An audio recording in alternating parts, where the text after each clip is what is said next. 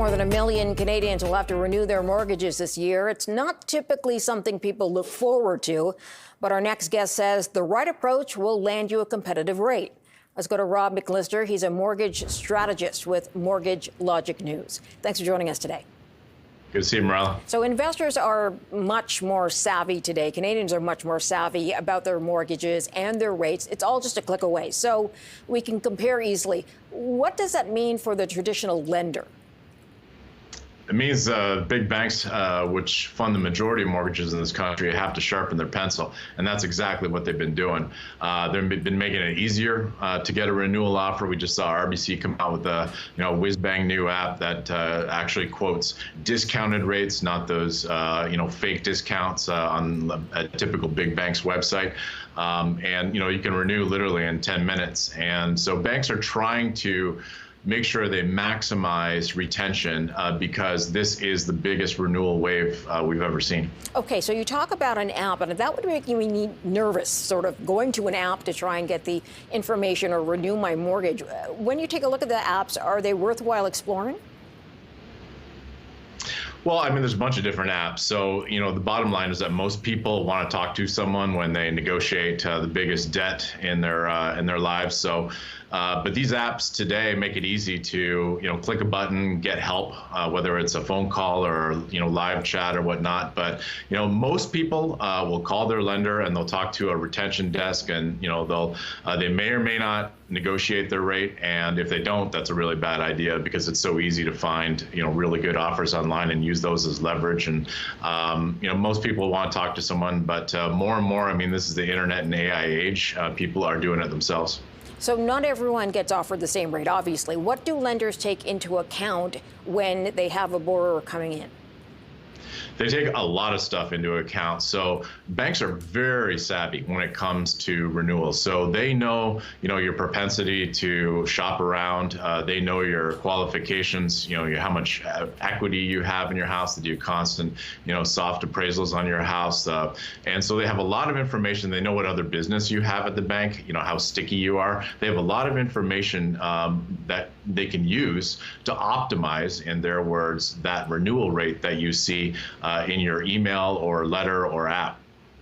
Okay, so is there anything borrowers can do ahead of time, and when should they start thinking about that?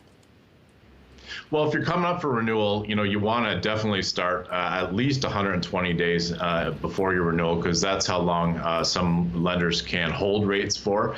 And so you want to limit your risk because who knows what's going to happen to rates. And you want to get a rate guarantee from another lender if your existing lender is not competitive enough. So you want to start early enough. You want to know what kind of borrower you are. If you're not qualified, if you got credit problems, you have less opportunities to switch lenders and get a better deal. You want to compare apples to apples because there's a lot of different rates out there. The lowest rates you see are insured rates, and if you have an uninsured mortgage, that rate is inapplicable to you. And so you got to do a lot of homework. Okay, so if you are a borrower and you have a renewal coming up and you want to sort of kick down your debt ahead of that renewal shot, when do you need to start? Well, if your debt is impacting your credit score, then, you want to allow yourself at least, 6 months or so to, work on that score. If your debt ratios are really high, then, you might need to pay down debt. The regulator, however, has made it easier to switch lenders.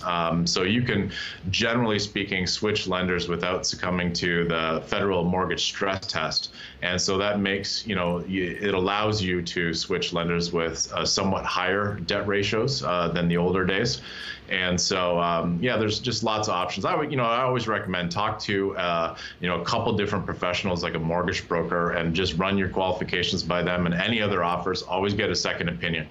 So you have mentioned, Rob, that some banks have an actual retention team in the way that we used to see some of the comms folks have. They're authorized to make offers that your branch manager might make. Are they usually successful? So all lenders have retention departments because all lenders want to keep you as a renewing borrower. The renewing borrower is more profitable to them. They don't have to pay compensation or marketing costs. They already got you. And so they want to keep you. And so, if you balk at their offer and, you're a savvy negotiator and you can show them, hey, listen, I've done my homework. I see a whole bunch of rates here that are way below what you're quoting me, and I'm willing to walk, and there's a lot of people that will give you a fee-free mortgage switch these days, then, more often than not, they're going to either match that rate or come really, really close. Okay, so what are they looking for? Because it's so competitive, because we have more options, it's almost like you have a bit more power than we used to have as a borrower. What are the banks looking for? Are they going to be more amenable? So, the banks are happy to keep your business as a renewer because you've proven that you pay on time. Generally speaking, there's only about 26 out of 10,000 or less folks that are in arrears on mortgages in Canada. So, generally speaking, people pay on time, and those are the customers that banks want. And so, you don't have to get requalified to simply renew with your existing lender. So, they're going to want to do what they can to keep you. Can you also expand on your tip, which I thought was a really good one? Know the kind of borrower you are, because people don't necessarily think about what kind of borrower they are. What do they need to look at ahead of going into the conversation with the bank? Yeah, apart from stuff like basics, like, do you have an insured mortgage or an uninsured mortgage? Because there's very different rates for those two things. What type of needs do you have? Are you potentially going to move in 5 years? And are you potentially going to need more money and have to refinance? Like, you have to look for the lenders that have those options. And most lenders have those options. It's a question of how good the options are. So, someone's renewal or portability policy can be very restrictive, whereas another lender, could give you 120 days to port, or their refinance policy, their increased policy, if you want more money, could be more favorable. You might be able to do that before maturity without a penalty at some lenders. So it's you really have to dig deep into the features of the mortgage, because those can come back and bite you if you have a limiting mortgage in the future. Yeah, so basically you really have to think ahead for your own life and what your needs are 5-10 years down the road. Rob, great to have you on the show, sir. Thanks very much for joining us. Appreciate that.